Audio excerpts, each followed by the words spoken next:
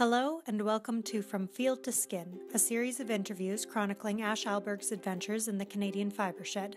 Our second episode features Jen and Kim from Fleece and Harmony and was recorded in January 2018 via FaceTime between Treaty 1 territory in Manitoba and rural Prince Edward Island. You can find Fleece and Harmony online on Facebook and Instagram or visit fleeceandharmony.com. For more, follow at From Field to Skin on Instagram or visit fromfieldtoskin.com. Hello and welcome. And so I've got Fleece and Harmony here. And so why don't you guys tell us a little bit about yourselves and what you do? There's a partnership that's happening, so that's exciting. Yes. Okay, so we're on Prince Edward Island, on the East Coast, and we originally were born in the Maritime, but we went very far afield and had corporate careers before ever dreaming about ever owning a single sheep or touching a sheep or anything like that. We did learn to knit when we were very young. Our nanny taught us, so which is really fortunate. So we at least had that. But and then we just got tired of being in corporate careers. It was just not rewarding. We missed wide open spaces. I was in Toronto. Kim was in Montreal. So big time commutes. Yeah. Big time chaos. And we just would talk every Saturday morning on the phone, as sisters will do from a distance. And we were like, we need green, we need free time, we need enrichment. Yeah. Let's buy a farm. Yeah, and I think that people had the feeling that our lives had become very shallow and about shopping and about and then you just have so much stuff that you don't know what to do with it anymore. Yeah. It all started to seem very unreal and or not unsatisfying. I guess is the right word. We were both working really really hard, but Yeah. not satisfied with what we were producing as far as our work went. Right. Yeah, our lives now are very rich. You know, like the full, I put up something about a quilt of emotions one time, like the life, the depth, the creativity, the emergencies, the community, because we are very close to our neighbors and our community. You're able to contribute. You know everyone knows you, whether you like it or not. Yes. That whole fabric that used to be everyone's life. Yep. Outside of a huge city, we were completely missing. You know, being involved maybe in your church or community hall or volunteering or going to community suppers and all of that stuff is wonderful, and we have it all. Or even knowing your neighbors. Yeah. There's in Montreal, we were friends with one neighbor on one side, and the guy across the street we never met. Yeah. Yeah. It's weird. It's also like I think that there's also a difference in the way that you do things in the Maritimes and the way that you do things everywhere else. Like mom's half of the family is from the Maritimes. She grew up in Cape Breton. Most of the family is still in either PEI or in Nova Scotia. And I lived in Halifax for quite a few years, and just the way that you engage with people on the street is entirely different. Like you smile at people and you say hello, and like Nan used to be driving and she'd just wave at people and you'd say, "Oh, who is that person?" She's like, "I don't know, I'm just waving." Like, Yeah, exactly. Yeah, and that's all wonderful, and I think relationships are a really rewarding part of life, and you don't realize how few of them you really have when you're in that cycle. So that's sort of a more general motivation for why we bought a farm. Yep. But on the fiber side of things, we thought sheep seemed easy. and how's that going? Smaller than cows, Yeah, certainly. okay. And then we Not that we'd ever touched a sheep before No. we had one. they seemed agreeable, and their poop was smaller. That's true. So it was sort of a natural evolution. So we did start out raising lamb for meat. Then we wanted to very much use the entire animal. Yep. And I think it's pretty commonly known that a lot of meat breed fleeces are thrown out. Yep. And that was not okay with us. Yeah. And so then not only did we want to make our own yarn to make use of our own fleeces, we wanted to expand and help other people make use of their fleece that they used to throw out. Mm-hmm. Sort of create a market for those fleeces, because those are the majority of the fleeces on Prince Edward Island. There's like a handful of hobbyists So, what kind of sheep do you guys have We have, I was thinking today about breed specific yards, and I'm thinking, we don't even have breed specific sheep. I don't even then? have breed specific yards, but it's a Corriedale cross block. Okay. Cool. And some Border Leicester, and then like everything else that you can buy in Canada. Because of the way we started, we didn't know. So we Right. just bought a flock that was a mixed breeding. Yeah. And then, so then we started with that. And then as we became more interested in, I think it was more, this is our stubborn streak. The more people told us you couldn't use the wool, the more interested we were in using it. So so then we started looking at, okay, how can we improve the quality of the fiber that we're getting from our flock? Because for sure we're going to use it. And so then we got Corriedale sheep, and then we started the genetic journey. Yes. Crossing them, and we're pleasantly surprised to find out that although Corriedale is known as a wool-producing breed, Yeah. that some of the crosses that we were getting actually had better fleece even than the pure Corriedale. So, Cool. and then we got a Border Leicester ram. So then now we're James Bond is now he's big and he's very handsome. I love sheep names. We have a lot of them. So now we're using him as well to help improve the quality of the fleece that we're getting. So. Cool. And our naturally colored fleeces, all of our rams will grow black, but we bought a little thin foundation bunch of sheep right in the first year. We started out with 32 breeding ewes, like right off the trailer. Wow. Yeah. So we go big. Yep. And 20 of them were already pregnant. Oh my god. And they don't they never have just one. There's always like 2 or 3 that come out of them. Yeah. So that was really, really fun. I mean, we had no idea. It was hilarious. We had no idea. And thankfully we had a really good first year with that, trying to lamb out that many, not having ever touched a sheep before. Yeah. And I think they arrived 16 weeks before lambing date or something. So we got to know them a little bit. Yeah. And then we were on, and that was it. And then we just kept keeping replacements from there. So we maintain our flock ourselves of about 16. And I realized we forgot to say, I'm Jennifer and this is Kim. Yeah. That's amazing. So you move away from the cities, you come back to the Maritimes, you buy a bazillion sheep, and it increases to extra bazillion. And then, at what point did you end up starting the mill? So what happened was we lived very close to the company that built our mill, the Belfast Mini Mill Company. Cool. And became friends with the owners of that company. They live on the same road, country road that we live on. And they did custom processing for farmers.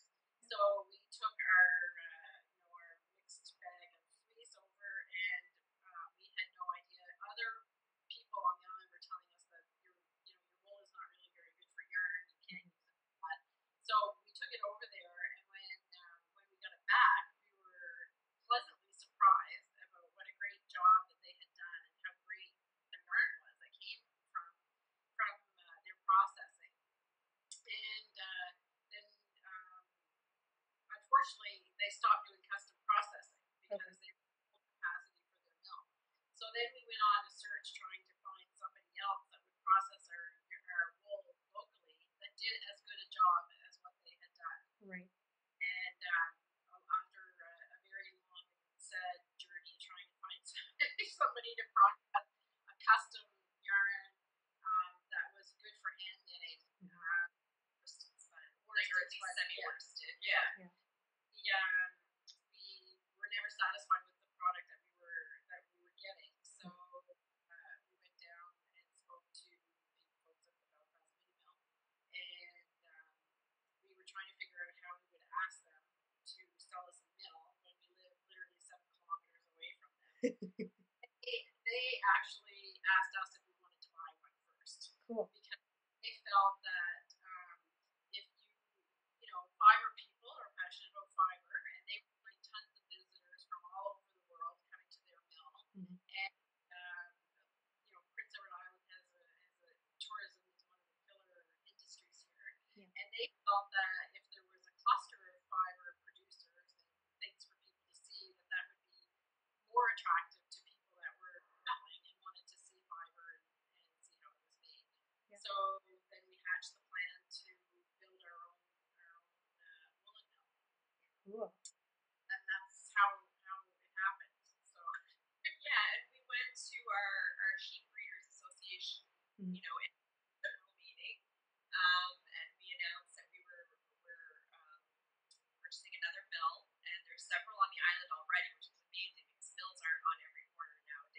Yeah, that's amazing. And, it was kind of, they're all thinking, okay, mostly being meat producers, but we've actually formed some wonderful partnerships with some great, humane, wonderful, skilled producers, and their profiles are on our website. We're very proud of where our extra fleece that we need to buy comes from. Yeah. And so, that sort of just dovetailed into the whole fiber shed thing where now we've created a market for fleece that was being thrown out. Yeah. It's a product of an industry that was not remotely interested in fiber and couldn't get good money for their fiber, so it was barely worth taking on. Yeah. And we tried to pay a competitive price, and we would love for that price to increase. Yeah. For everybody, because I think everyone knows wool is severely undervalued at this point worldwide pretty well. Definitely. Yeah, so it's pretty cool. And we were nervous, because the traditional island farmer isn't usually up for these new fangled kind of ideas and doing extra work for a couple bucks and whatever, but they were super supportive. Oh. And we're women farmers, although the Sheep Breeders Association does have quite a few women in it. Yeah. So that helps. So we have relationships with our producers, and we're so thankful that they took a chance on working with us. It would have been easier for them to continue to ship it off. Yeah. And commodity prices. Yeah. Right. And because we require them to sort it out, because we're not just buying everything that they produce. Yeah, exactly. There's a little bit of extra work on their side, but we also have a little bit of a premium as well. Right. And we pick it up so they don't have to pay delivery. Nice. Yeah. And it was really, we didn't know how it was all going to turn out, because we were buying, our own flock is our dual purpose sheep at this point. Yeah. But we know what their fleece was going to really be like when it was spun into yarn. Totally. So we're buying first clip lamb's wool. Mm-hmm. What we found was the two main farmers that we deal with, their flocks come from sort of the same genetic background. So when we started to process their fiber here, it has a beautiful luster on that wool that we're getting from them. Mm-hmm. So that's a product that has excuse me. Sorry, we're both getting over colds. But people other than I think Deb Robson wrote the Fleece and Fiber Source book will be shocked to know that our pot fleeces that we're purchasing for the lamb's wool are amazing. Yeah. We don't select them for fleece. No. But it's beautiful, it's soft, it's very white. Yes.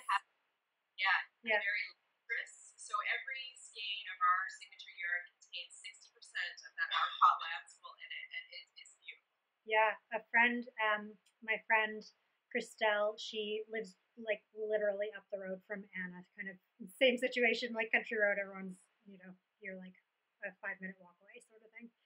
10-minute walk maybe. And so she's got some Merino Rambouillets, but she also has some Rideau Arcot sheep as well.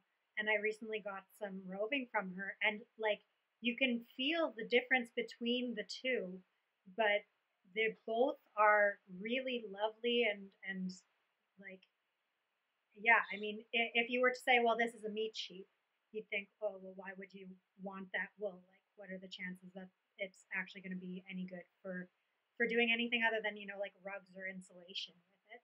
But when you're actually handling it, it's beautiful. And the fact that it's that natural white must make it a lot easier on your guys' end for the dyeing process. Yeah, it's wonderful. Like we couldn't have dreamt up a better. We knew we had to buy lamb's wool because we were going to be dealing with a mixed bag of genetics. Yeah. And guaranteed it's going to be slightly finer if it's their first. That gives us a little bit of consistency with our product across the board. Yeah. We thought that would work. We didn't know. It has worked, but it also makes it easier to dye because our used fleece is quite yellow. Mm-hmm. So then when you go to put a pastel blue on it, you'll get green. Right. Yeah, like that color is real. It's in there. It's already been dyed a little bit of yellow by nature. Yeah. You have to counteracting that to get your colors to look the way you want them to look. So to have this beautiful white, fluffy, soft, fine lamb's fleece in abundance was just a gift. We couldn't And so did like which came first? Was it that you started the mill portion and then got extra fleeces from others and then started dyeing at the capacity that you're dyeing? Or were you already wanting to dye things and you had some and then you realized you needed to increase production in order to keep up with demand? Um, well, we needed to increase production in order to pay for the bill. Fair enough. Yes. So yeah, we had a pretty aggressive business plan. And I mean, I've been my Kim's in her 50s, and so we didn't want to like, you know, work part time. It's no okay for me to say that. Truly, sorry, I don't care. Yeah. So we didn't want to be like, oh, well, the first year we'll work off farm and we'll sell on Etsy. Right. But we want to launch a national brand. I mean, which is totally free. What? Anyway, whatever. Why buy one sheep when you can buy 60? Yeah. Why just start dabble with yarn when you can buy a mill? Anyway, so this is fine. We did all kinds of planning around branding, and we knew the capacity that we needed to sell, or at least custom spin to make our loaf cakes kind of thing. Yeah. Because you do need to be here full time working that equipment to make it pay off. I mean, Right. it's a manufacturing facility. We can't have a ton of downtime. Yeah. Anyway, so I started out. I had all these wonderful plans. I had 12 colors I wanted to launch with. 12 lovely colors. Well, as I'm doing everything from scratch because we use Reader Shades and it only comes in 8 shades. Right. Not use a Dharma or a Jacquard. I could be like lavender. I'll take that. No. You make the lavender. So it will always be a little bit different. Yeah, you have purple. So figure out how to make it the 6 different purples you want. Right. And every time I made a color, it wasn't what I had in mind, but I loved it. So we have 60. And then You guys just don't do anything small. And we never agree on what the best color is. Well, then there was the colors that I loved, and the colors that Jen loved, and then there was the colors that we thought we had to have. Yeah. And then before you know it, I was at like 36, and then someone said, "Well, where are all the pastels?" And I was like, "Oh." Okay, so we'll just make a bunch of pastel. Anyway, so I think we have about 60. We don't stock them all the time. Right. Like our not big enough, but we do try to keep sweater quantities of a certain amount here. And then for online sales, we have blanks available. We dye to order. Cool. Yeah. So anyway, it's just there was no kind of ramping up just because of the financial constraints of what we took on. Right. It's just go all in and do it at that high capacity to begin with. We're getting used to jumping on cliffs. Yeah. Sounds like it. And so far, so good. Yeah. You're landing. Yeah. I was thinking this morning, if someone had told me, because I always worked in corporate jobs for other people, told me that part of being an entrepreneur is feeling like your head's going to explode every day. I'm not sure I would do it. But, there's just so much, variety. We're never bored. Nice. It's a crazy, wonderful life. Yeah.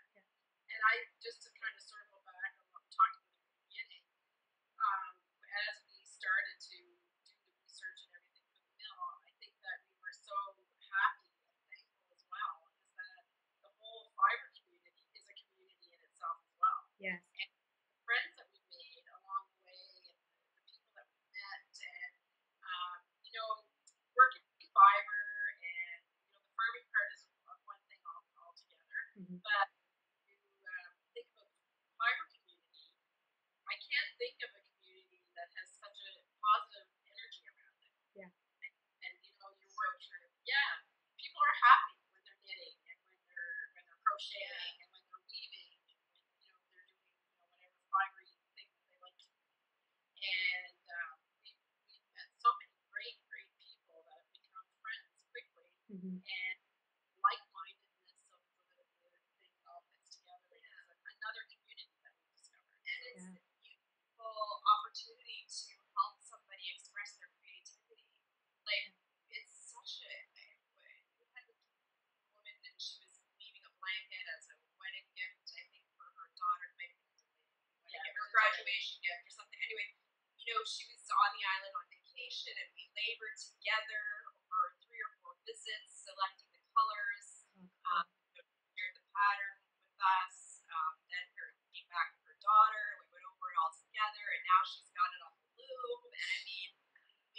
share in all of that. Yeah. And what we do with our yarns and our colors that gets us jazzed up, then you get to send it out into the world and see the magnificent things that other people do with it who Yeah. are talented in completely different areas than we are. And it just grows and grows. It's just so rewarding. I love being part of the fiber community, and we get to meet people like you, and people are generous. Everybody kind of has the same goal in mind. Mm-hmm. It's very positive. It's definitely the best part. We love collaborating, and it was never like that in our former jobs. Really, Right. Yeah. yeah. Yeah, there is. I mean, it's interesting, like the whole community over competition thing. Like I mean, there's absolutely moments of people not totally getting that or having different ideas of what that means. Um, but overall, it's just so much more. Even if people have different ideas of what the definition means, the intention is good. Like 99% of the time, there are very few people out there in this community that I've encountered who are like really out there only for themselves and don't care what their actions have in terms of consequences for other people. Like pretty much everyone, cares about whether what they are doing is causing uh, happiness for other people or is hurting other people. And usually, if they find out it's hurting somebody else, then they feel really bad and they try and change course in some way. So, Yeah, like um, you told me. yeah, But in general, it's the feeling that's the positive. It's a positive feeling. So, yeah, And I think one of the things you want to cover and what we would really like to see moving forward as we expand our brand is just exactly what you're trying to do with this project, which is have people, all that stuff that we just talked about is wonderful. What would be amazing is if we had a little more support for our Canadian mills, yes, our Canadian sheep, yep, um, and the with some with all designers and just to help us all get noticed a little more because there are some areas, obviously like the UK, they really have it together. yes. And you would be like, they would be like, why would I buy yarn from anywhere else? Like I live in Shetland, Well, exactly. It's like, what do you why? mean, like finding something nearby? Like, all I have to do is hop on the train, and like that Yeah, farm is right there. So, I would love for Canadian knitters to take that kind of pride in what we're able to produce here in this country. yes, And mills were closing for a long time, but there are more and more people like us, as you know. Every month, the Belfast mini mills are cranking out mills like crazy. They're going everywhere, yeah, and I think just be aware that this is happening in our country and find out where you can get a piece of it. And there's some really beautiful, diverse products being created. mm-hmm. And if we don't have it, we're certainly prepared to get it or make it. Yeah, or tell you where you can get it. Yeah. Local producer. Yeah. And I mean, the island, as you also know, we created, or Linda from the Belfast Mini Mills created about 4 years ago, the Fiber Trail Initiative, which is giving people who are considering visiting the island a list of all the fiber econ destinations kind of in one place. yeah. Considering the size of the island, it's pretty tremendous. Yeah, it's amazing. Like when I saw that, I mean, I've got family on the island. Like I've been there many times. I've done the whole like 2.5 hours it takes to get around it. So Yeah. to see how many, I haven't been back since I've been like as into all of this as I am now. So I'm very excited for the next time I visit the island because I'm gonna hit all of those spots. Yeah. But it's really cool, and to see that, and I think actually this is where the size of the island actually helps, where it is smaller, and so the community is tighter, and also again Maritimes versus other places, but it makes it a little bit easier for people to say, okay, well, if you just do this, you can do it in a day. You should spend more time than a day doing it, but if you really wanted to, you could hit every single place in a 24-hour period. Whether people are going to open up the door to you at like 11 p.m. is a different part of it, but yeah, it's really neat to see that came together so well and is really well organized from what I can tell, and kind of done with that like tourism lens of tourism as an industry, as a really important industry for the province. Let's see how we can kind of fit this in.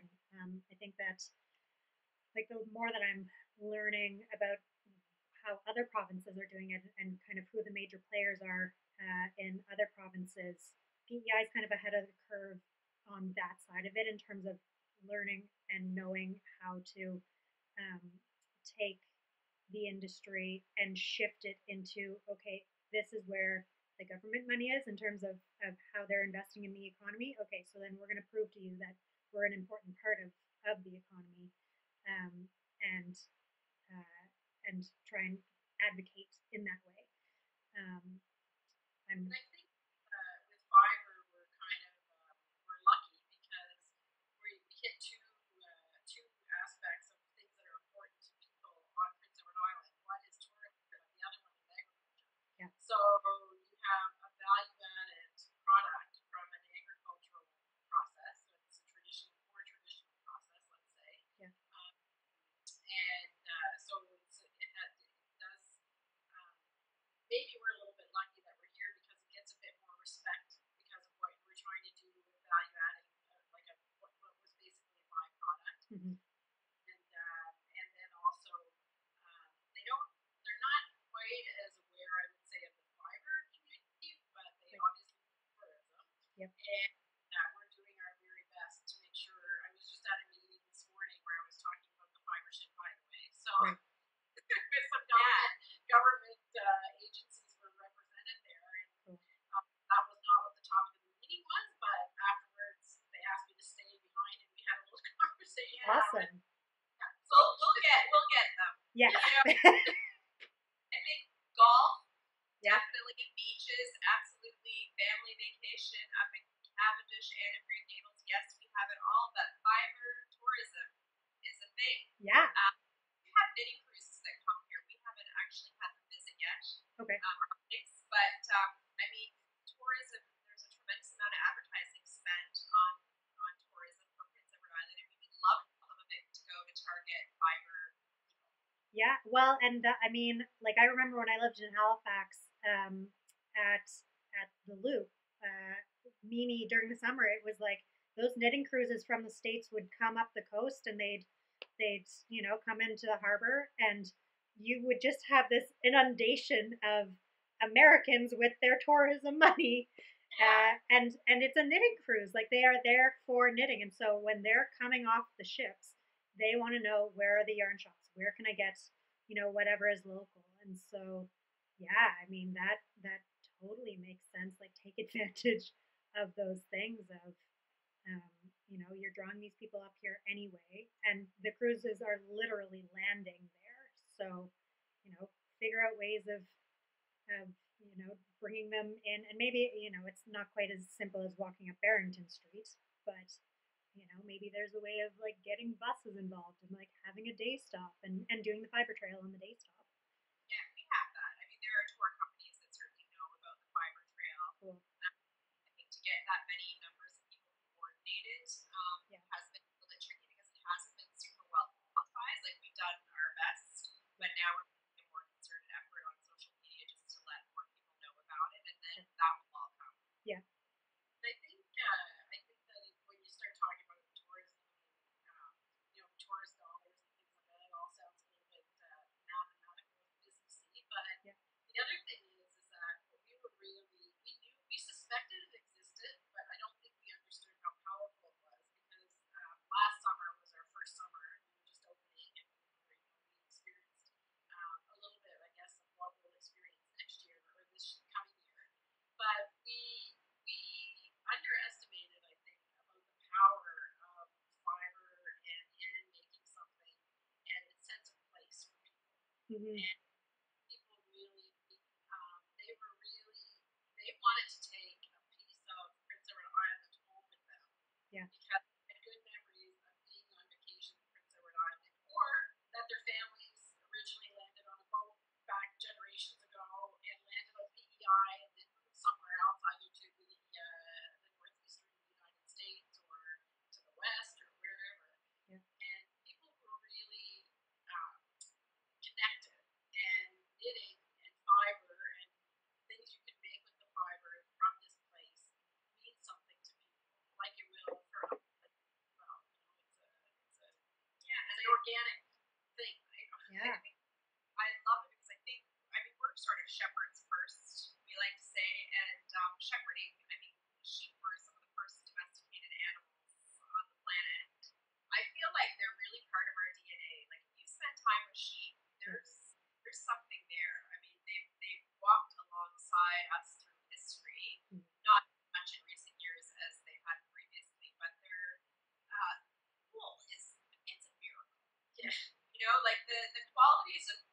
are amazing. Yeah. Animal growth on its back. Yep. I spend no time thinking about it whatsoever. Except how to get Timothy stuck in it. Yeah. But wearing their product, something that they've grown on their backs, and we're so closely connected to them, and they're connected to the land and our history as a civilization.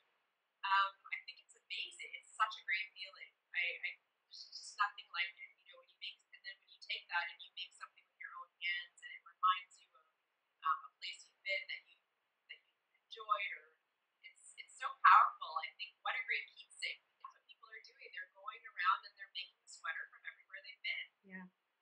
And since our wool also comes from the place where they're buying it, yeah, it's extra special. Take a picture of the sheet that it came off of. They did do that. Yes, which they have done. I would do that too. Yeah. It's just perfection. I love it. That's so cool. So I mean, I guess that's we sort of answered it, but I do want to ask you specifically, what does fiber shed mean to you then? Well, let me say that we think ours is a bit small at the moment. Yeah. But I think what it means to me is it's a resource that needs to be celebrated and protected and expanded. Mm-hmm. Very valuable. Like when you call it a fiber shed, it's valuable. It's a real thing. Yeah. The connection to the land and to the animals that served us so well. Yeah. And I would just like to see it get bigger. Yeah. And to be more valued, because it's amazing stuff. I don't think that what I would like to see is people understanding more about what's accessible nearby, because I don't think people understand that there even is a fiber shed, or that what they, first of all, they may not know what it means by that term. Mm-hmm. But I think that people don't understand that these products are accessible if you look for them. Yeah. So I think as a fiber shed, then we need to be more vocal about, look at what you have around you, and we're not unique. Our story is not really unique as far as other people that we've met in the fiber industry. Mm-hmm. So there's you might have to dig a little bit, but you can certainly find local products. And then, as Jennifer says, it's valuable. Like it's a gift to have those products accessible. There's all of this, which drives me crazy, by the way. I just have to say it, but all this controversy around wool, it's just, I find it ridiculous. Yes, agreed. So it is kind of like the whole thing about the food chain as well. Like, just look around. You don't have to listen to all of the hype and everything and just take it for granted on the surface without doing a bit of research. Yeah. And wherever you are, chances are you will be able to find somebody that you would feel 100% comfortable purchasing fiber from. Yeah. And the fiber shed. I watched your introduction when you made your introductory video about what the fiber shed meant, and I think that you hit the nail right on the head. We're talking about wool because that's what we grow. Right. But we spin alpaca for local farmers as well. Yeah. We've got Angora rabbits, so we are about to start spinning Angora with our wool as well. Mm-hmm. But it could be fleeced, it could be dog hair. They Yep. spin dog. Yeah. So just look around to make something. The difference of buying something that's to use an overused term, fast fashion, Mm-hmm. versus something that you can make for yourself or have somebody make for you that's grounded in the place where you are or where you visited, Yeah. that will last for years, is really, why wouldn't you do it? Yeah. And I think it is becoming more accessible, and we're all trying to do a better job of getting it. I mean, social media is helping a ton. Projects like will help a ton. But just back to the wool production thing, like our relationship with our sheep is a close one. I've given mounts that are still full of sheep. I know, you should not do that. There are There are zoonotic diseases to get. Don't try that at all. Yeah, I take care. When zoonotic disease I'm going to get, I'm saving this lamb. I can take antibiotics. Yeah. Horrible to say. Anyway, and they're still covered in amniotic fluid, and I'm in there, and so to think for a second that we don't care about our sheep's welfare and how our wool comes off that animal is beyond ludicrous. Yeah. It's really like every farmer that I've talked to, and like granted, I haven't been talking to too many people who are farming at a commercial level, although I have also spoken to people farming at a commercial level. Diana here in Manitoba, she's got a commercial flock. Romy, who runs Circle R farm in Ontario, has a commercial flock, and so they're also both fiber people, and so they're figuring out ways of turning those hundreds of sheep into also fiber because they know what that value is. But I haven't met any farmer who doesn't care deeply about the welfare of their animals, and for the most basic and like grossly capitalist reasons, if your animals are sick, you're not going to get money out of them. Like it's a waste of all of the resources that you're investing in them. So why would you not care about their welfare? Of course, even the commercial farmers I speak to aren't part of the factory farming industry, which is I think that's where the differences lie, and unfortunately, a lot of what gets talked about or what gets sensationalized in the media are the animal abuses that happen at that factory farming level. And so then it gets painted, especially in urban eyes, where we're not, we don't take care of animals at that kind of scale. Like you might have a cat or you might have a dog, but you don't have 60 sheep. And you don't know what taking care of livestock is like. And you also don't know what those animals, like what their idea of happiness is. And so to urban eyes that don't come from a farming background, that don't have that connection to the animals and to the land in the same way, then to look at animals and be comparing it to your cat or your dog, then it might look like they're living in really horrendous conditions, or like, oh well, that sheep doesn't look like it's happy being sheared. Well, your dog doesn't look happy when it's having a bath most of the time. Like there are those very cute viral videos of animals happily in the bath. I can tell you my family dog was angry every single time that we did it and tried to run away, and then would make a point of spraying everyone with water afterwards. She would then prance around like a little princess after she was done because she was excited.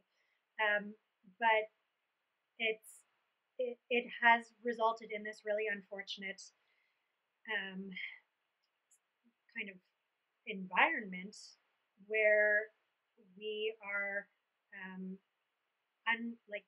we don't have the education, we don't have the knowledge, and we're then making these assumptions about what everyone across the board who is farming must be doing, and that it must all be bad, and not really thinking about how everything is so complex nowadays that even if you completely stayed away from meat and animal byproducts and you lived a completely vegan diet, if you're in North America, well, if you're in Canada and doing that, chances are the food that you're eating and the clothes that you're wearing are not all produced from within your backyard.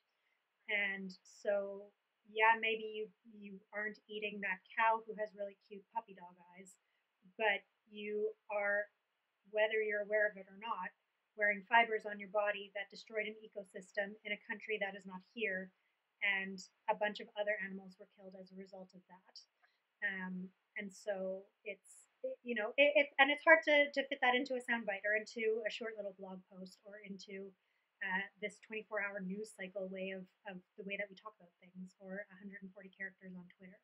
And so unfortunately, I think a lot of the nuances and complexities of the conversations end up kind of being removed for, just reality's sake. Like you can't fit all of that into those little sound bites. But we're doing a disservice by not having all of the complex conversations so that when we are making those decisions, whatever they are for each of us, that we have as much knowledge as possible and that we are then making our decisions based on our capacity and based on all of the knowledge rather than just whatever managed to hit the headlines.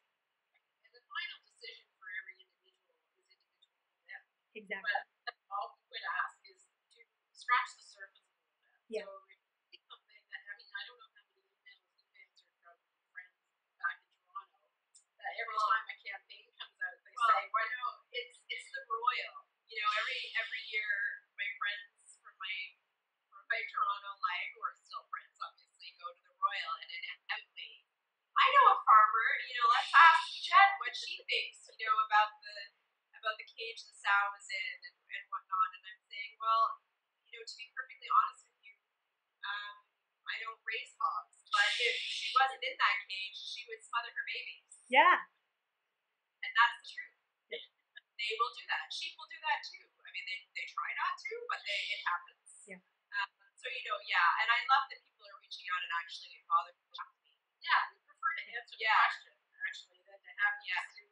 And I think it's getting worse over time because generations are further and further removed from the farm. Yeah. So, you know, it wasn't that long ago that at least your grandparents lived on a farm. Yeah. And now it's even further and further away. We're always amazed at when we have visitors to our farm how some of them, just because of where they live and have never been exposed, how unknowledgeable they are about what happened, like what happens on a farm.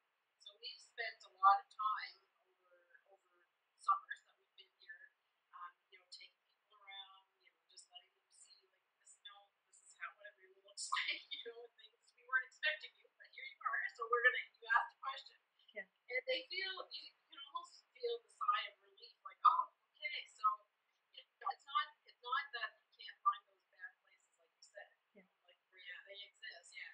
But if you do a little research, then you can find the good places as well. Yeah. And something that will make you comfortable, whether it's about your food or your fiber or whatever. Yeah.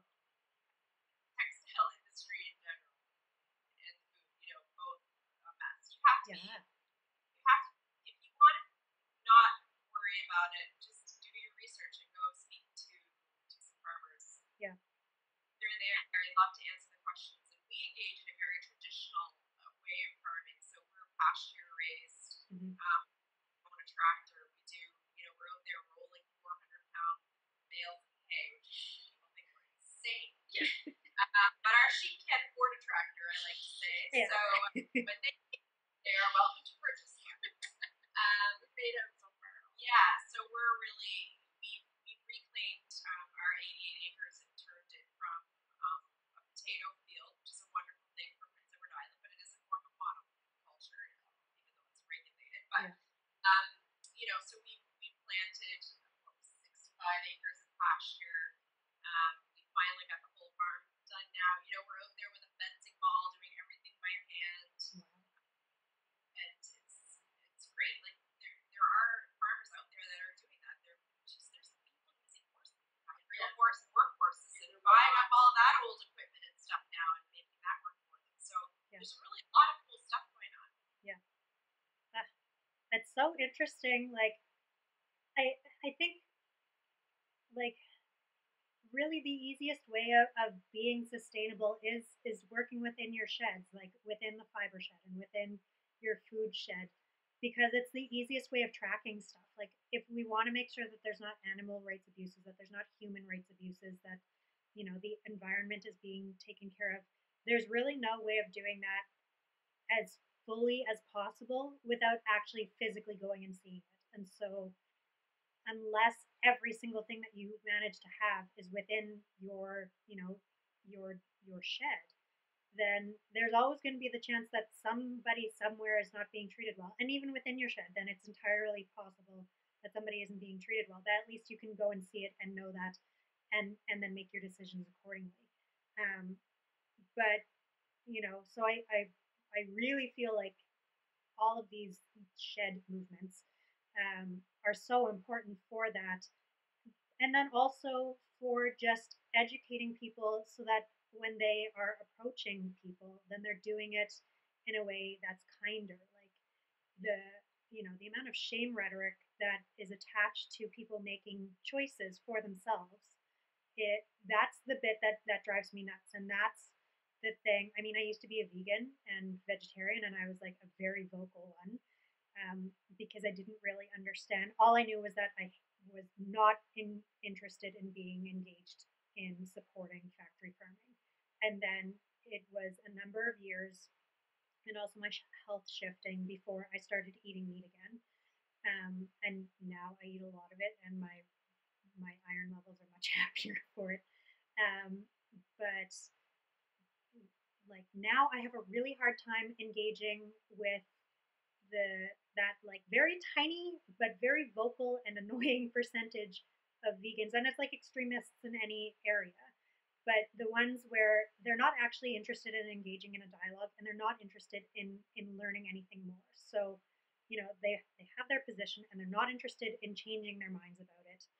And it makes it really hard to talk to them and to say, well, can you explain your position to me?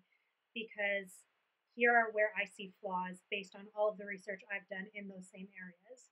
And they just don't want to hear it. And it makes me so frustrated, because then they give a terrible name to the other vegans who are doing it for their own reasons and for their own health and whatever, and who are doing it in a much more compassionate way, and who approach people who make choices that are different than theirs in a much more compassionate way. Like a friend of mine is, she's a fiber artist, and she is a vegan who's currently doing her PhD and looking at how does she, as a vegan living in Canada, make decisions that align with those beliefs of hers in a world that doesn't let her do that very easily. And it's just so much more enjoyable to talk to her and to get her perspective on things, because we are able to talk about things and come to a middle ground in a way that expands both of our mindsets. Um, and I hope that that's what the fiber shed conversation ends up doing for people, because it's not just about everyone who's vegan or vegetarian that you change your mind, and you come and you start eating local meat or using wool, or wearing fur. Like, that's not what the goal of fiber shed is, I don't think. But it is just about educating people so that whatever decisions they are making, they're making them in as informed a way as possible, so that if your decisions are based on concern for the environment and concern for animal rights and concern for human rights, um, that you have as much information as possible, because then you're going to be able to make the decisions that fit best for you in your life and fit best with your values, um, and that are also actually doing what you want them to do in the world. I think that to your point, like we're not when we're talking to people about wool or about meat or whatever, we're not trying to change anybody's mind. Like Yeah, that's not what our goal is. It's to provide something that we feel comfortable as animal lovers. yeah, In fact, as Jennifer said, like we're like going as far as we can to provide a safe and happy environment for our animals. The biggest, I think maybe one of the biggest compliments that we've gotten is because we have vegan friends, mm-hmm. but we had somebody that was we do a little bit of work with the local veterinarian college as well, and Mm-hmm. we had a group from there, and one of the girls was a vegan and proud of being a vegan and whatever, but she was coming and she said, well, if I wasn't a vegan, I would buy your land. Well, we hear it. For a while there, they were coming every year, and I think some of them, it's part of a camp that they do for high school students. Okay. And some of them are genuinely have a lot of anxiety about going to visit a meat farm, and I don't blame them. Yeah. I would too. And they are so relieved, because part of the program is not optional, and a lot of veterinary students seem to also be vegetarian, which makes sense because Yes. they're one. But Yeah. I think they have a lot of trepidation. Oh my gosh, about what's this field trip we're going on? It sounds Yeah. like it. And I don't blame them because that's what I would be thinking too. And then they step off the bus and they see our place and they just let out this big exhale. Yeah. You're not going to see anything disturbing Yeah. whatsoever. And I think it's great, and we kind of get comments like that every year that they came. They'd be like, "Oh, I had no, I was so nervous about coming here, or I had no idea he could be raised this way, or Yeah. that." So, um, so we're kind of working on two fronts. We're on the fiber front, we're on the meat front. Yeah. But but we're also very much committed to the fact that if you are going to have animals and use them, is that you use everything that the animal provides. Yes. So come full circle, I guess, because that's exactly why we're here, and that led us to the fiber part of our business or our journey is that you have to respect that animal, and nothing should be wasted. Yes. So, how do you think that people can get, if they're not already engaged in the fiber shed, what is an easy way for them to get engaged in it? Other than just, being like, okay, well, I'll come and I'll buy your yarn specifically. Like they're already watching the episode, so they know that they can come and buy your yarn. And I'll stick links up. But like, what would be an easy way for an urbanite or somebody who is maybe is rural and is living a farming life, but is not thinking about the fiber side of all of that process? What's an easy way for them to get engaged in the fiber shed and for it to be less scary for them? Well, it's just my opinion, and Tim may have a different one, but I think it's really valuable to learn a little bit about what wool is, and what the different breeds can do, or just learn about. I think there's so many knitters out there who don't know anything about what wool really does or is, like Yeah. the actual qualities of it that make it special. Mm-hmm. Yeah, do some research in your area. Our yarn is in several urban centers. Mm-hmm. It performs particularly well. It performs great out here because Yeah. it's Right. but a lot of people don't even understand what wool is. 100% wool. What Right. it can do. Because there's so many commercial blends out there and things that they sort of just think, well, it's maybe not as soft, the colors as vibrant. Why would I buy that versus a commercial, built or blend from wherever? And I think when you embark on that journey, you will naturally come to appreciate what is available to you because it's here. Yeah. Out there.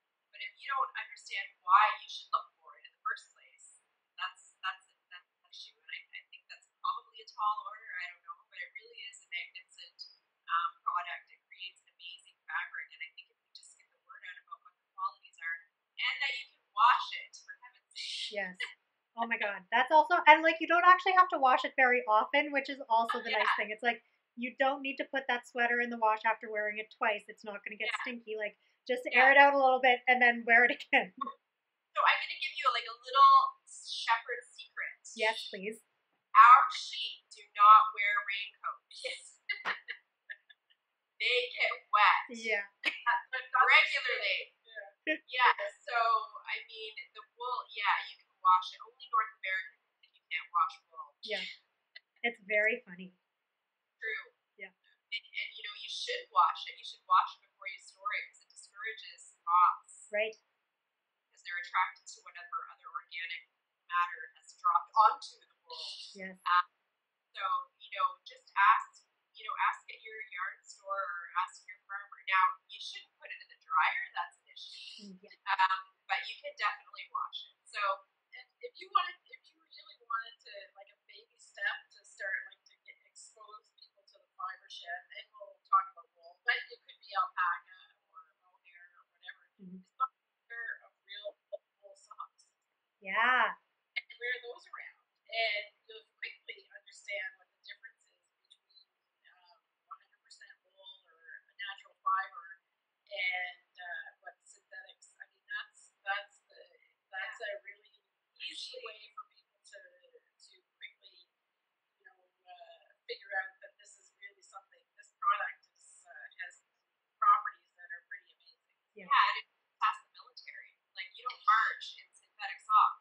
I Yeah. mean, you aren't too very far. And I think one thing, I mean, actually, the sock thing is a huge deal because as farmers, we wear rubber boots or buck boots, and you have to have them on every day in Yeah. all kinds of weather. Yep. And we even, got educated on what to put on our feet. And let me tell you, it makes a huge difference in your comfort level. Yeah. Without wool socks. Oh my god, I can't imagine doing farm chores in the winter without like multiple layers of wool socks from. Yeah, and our wool onesies. Oh, that sounds amazing. Now we're getting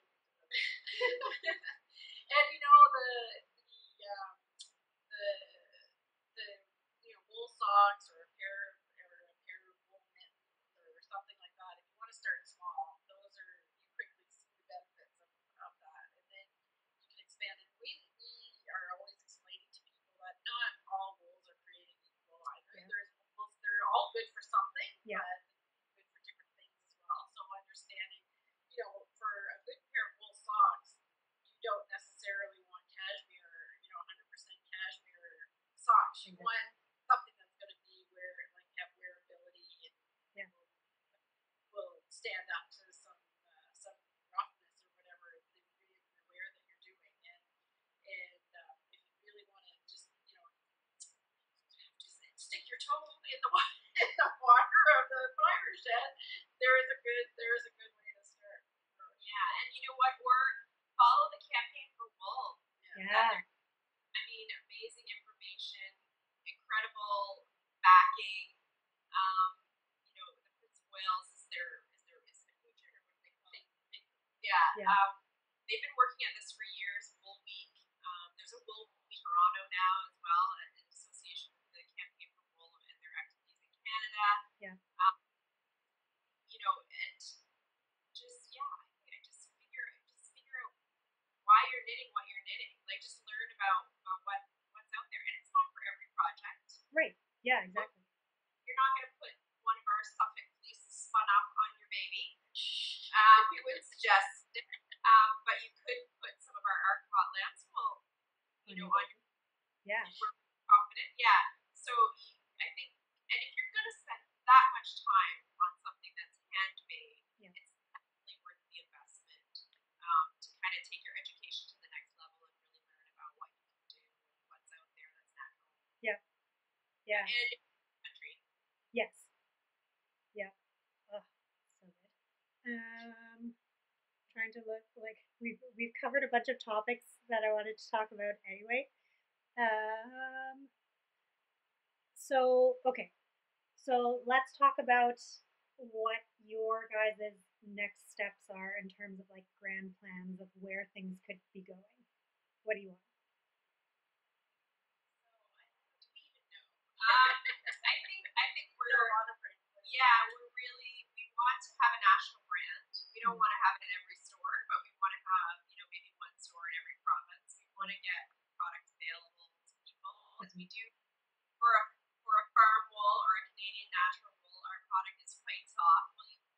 Yeah, I've used it and it's wonderful. I used it for my obsidian hat and it's like super warm and dense, but I'm also thinking now because I'm working on sweaters right now and I'm like that would make the best sweater. Like the perfect thing for the winters. No, I'm actually. I mean, we obviously have limited time to knit, but I'm knitting the Tin Can knits. I think it's black pattern with one of it, and I'm driving Kim crazy because of course we know all this, but I'm like, I love it so much. And I get like another inch, and I'm like, this is amazing. Do you have any idea how warm I'm gonna be? And she's like, do you even? You're a shepherd. Like, yes, I know it.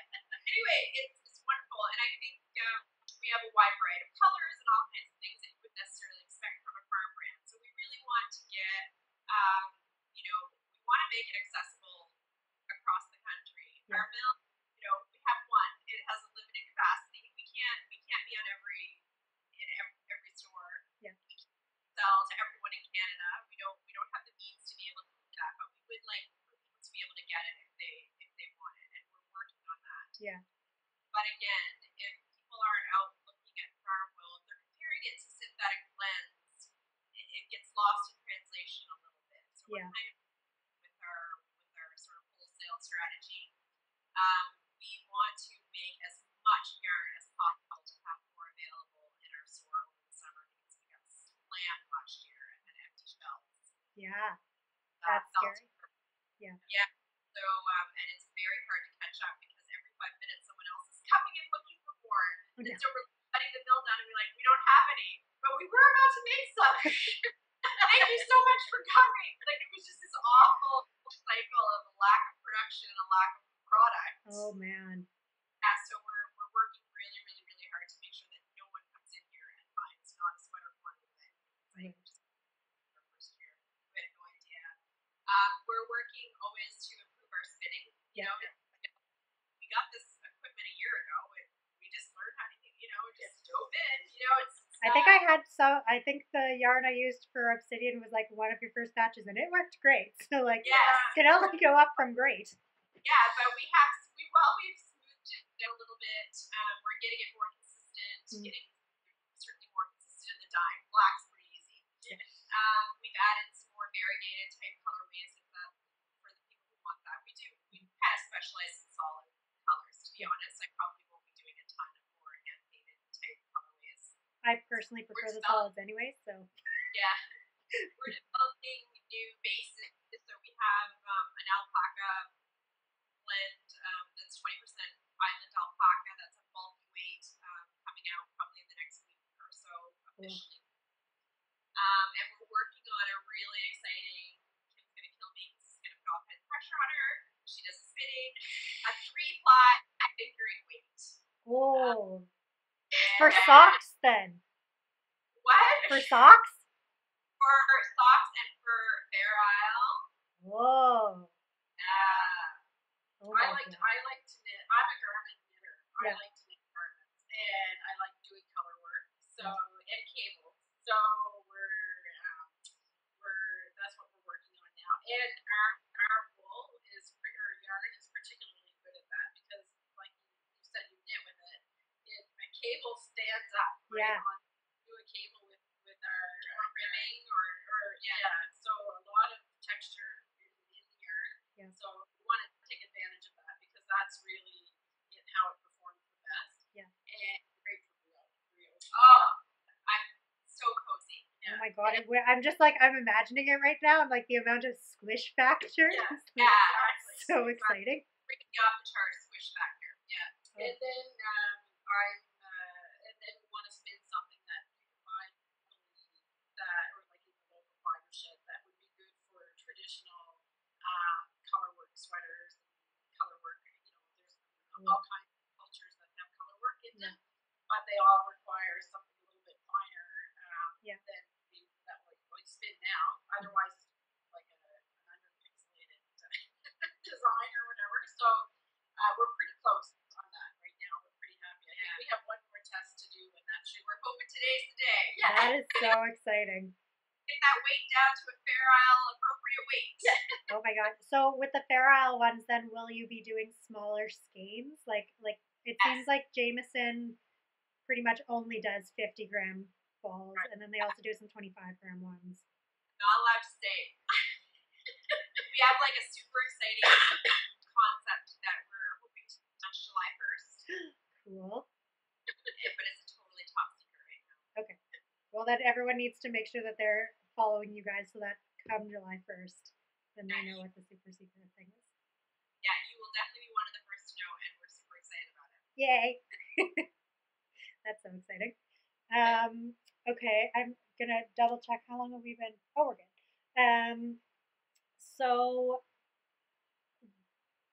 I guess we can end with what would the fiber shed look like in your ideal world, and then also however you guys like whatever else you guys want to talk about, then we'll just add that in. I have no actual time limits on these things. I think we've been going for like about an hour, but I'm happy to just keep talking.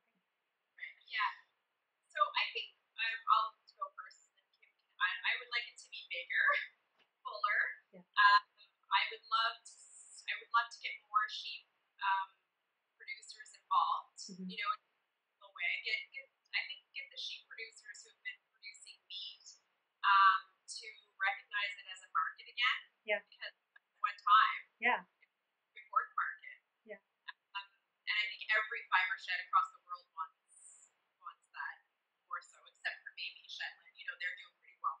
Yeah, I think so. They have their shit together out there. And they're a model for, they value what they are able to produce. They take a great deal of pride in it, and that's Yeah. all we need.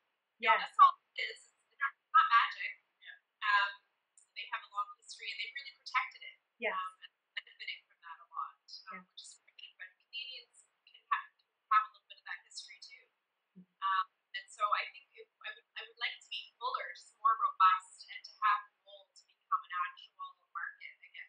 For there to be more of a market for wool, and to have Canadians take pride in what is produced in their own country. Yes.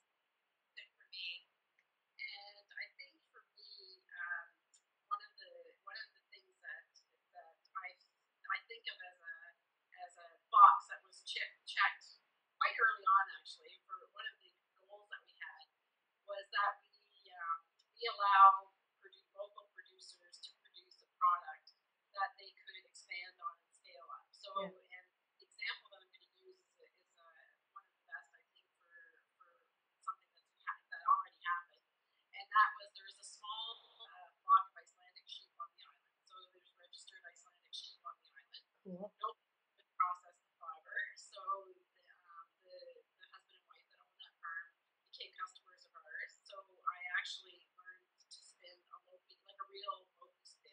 That's amazing. Yeah, so she has, her flock of sheep are producing a traditional Icelandic local yarn that she sells. That means that she felt comfortable to increase her flock. So now she's increasing her flock, and now she's, her first fleeces that she brought to us, weighed X amount. The next time she came, it was double that. Amazing. Oh yeah. So and there's nothing a shepherd loves more than an excuse to keep all the female replacement. Yeah. Keep all the girl baby. Never not use. I mean, I would love it if the wool market became so good you could keep all the males and turn them into weathers and just have them for wool. Their fleeces, yeah. But like you are allowed to keep all your females because you're expanding. And you're like, ching, hey girls, let's name everyone. Yeah. Welcome home. Like it's wonderful. So I think she was thrilled. We're always thrilled. You can never have too many sheep. Yeah. So yeah, and it's we should say it's Blominen Farm, the name of the farm, and they're wonderful people, and they are selling their yarn, I think, through their Facebook page. Yes. Right now. Yeah, I started following them. I can't remember. I don't think that I found them through you guys. Or even actually through, like, I think it was before I got the Fiber Trail pamphlet from you guys. They just, like, somehow appeared on my Facebook thing. And I was like, oh, this looks amazing. Because I remembered Blominen. And I was like, oh, okay, cool. And then I realized what they were doing. I was like, this is amazing. And that yarn is amazing. It's beautiful. Yeah. So very well loved flock as well. Yes. They're sweethearts. I love it when I help, like I go, we get the fleeces and I do additional skirting and sort of removing some of the vegetation, and they all have these adorable names, and they're named by year, like Flower year, Jules the next, or whatever. And I'm like, that's Sapphire. She's just, I can tell, she's just a sassy little thing. Like what? Like, is she purposely running around the farm trying to collect every Timothy head in her fleece, or what? And then it's like Iris is like, Pigpen from Peanuts. Like, jeez. What are you doing? Iris has this lovely natural black color, and it's all about Iris. I'm always telling Toby, who owns the farm, just keep Iris for yourself and make a sweater. For Lord's sake, like don't sell it. Yeah. To get that like perfect black natural fleece, yes. Is like just don't. Although every time I see somebody posting about that with their sheep, I'm like, can I just just have half of the fleece? That's all I want. Or like one skate of the fleece, really. You can keep the rest of them. So it's been wonderful partnering with them, and we would love to have more relationships like that. And reeds, our agricultural, our Department of Agriculture is working to encourage genetic expansion in our island flock. Cool. Find funding for you to bring in different genetics just to try to make it a little bit more diverse. Yeah. And you do kind of run out of runway if you're going to keep one ram forever, and sheep AI is super common, although we're actually working on maybe trying to make that available for our island producers. Cool. Thanks, perhaps. Yeah. And we love writing funding applications. do it, whatever. So stuff like that, like just bigger, better, more robust, more people involved, more appreciation, just the whole pipe dream. Cool. Yeah. I love it. It's really satisfying to be able to help other people realize their dreams as well. Yeah. Like yeah. When everybody else in the Sheep Breeders Association meeting had one eyebrow raised, they were sitting over in the corner going, "Oh, thank Lord, we bought all these sheep." So they were running over, and it was great. Oh my goodness, I love it. Yeah. Okay, cool. Is there anything else that you guys want to talk about for the podcast? And then we can also talk other stuff if you want. Yeah, I keep looking over. If people are wondering why I keep looking this way, is because there's an Angora rabbit right now eating a basket. Oh, a basket. I'm just gonna go grab him. He's into the wool. Yeah. So we just got some Angora rabbits. So we're just. They look so fluffy. Yeah, well, I think he's going to make an appearance and Jennifer can catch him. I don't know. Yeah. Anyway, he's just chewed his way through. Okay. He went into behind a door and we can't get him. So, anyway, he was. It's a farm everywhere. Yeah. He was just thrown into that basket. Anyway, so that's the next. That's once we get our 3-ply fingering sorted out, then the next thing is coming up with an Angora blend, which we will both as well because we've got the Angora rabbits. So we would love to have more of our variety of species in our fiber shed too. Mm-hmm. Yeah. Mohair goats. Mora goats. All that kind of thing would be wonderful.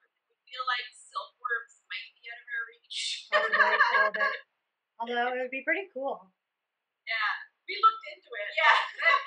Of course we did. I found out it takes 5,000 silkworms to make some kind of ridiculous small amount of silk. I said, yeah. Oh, God. I have to living with 5,000 worms. Like that's. Yeah. So we would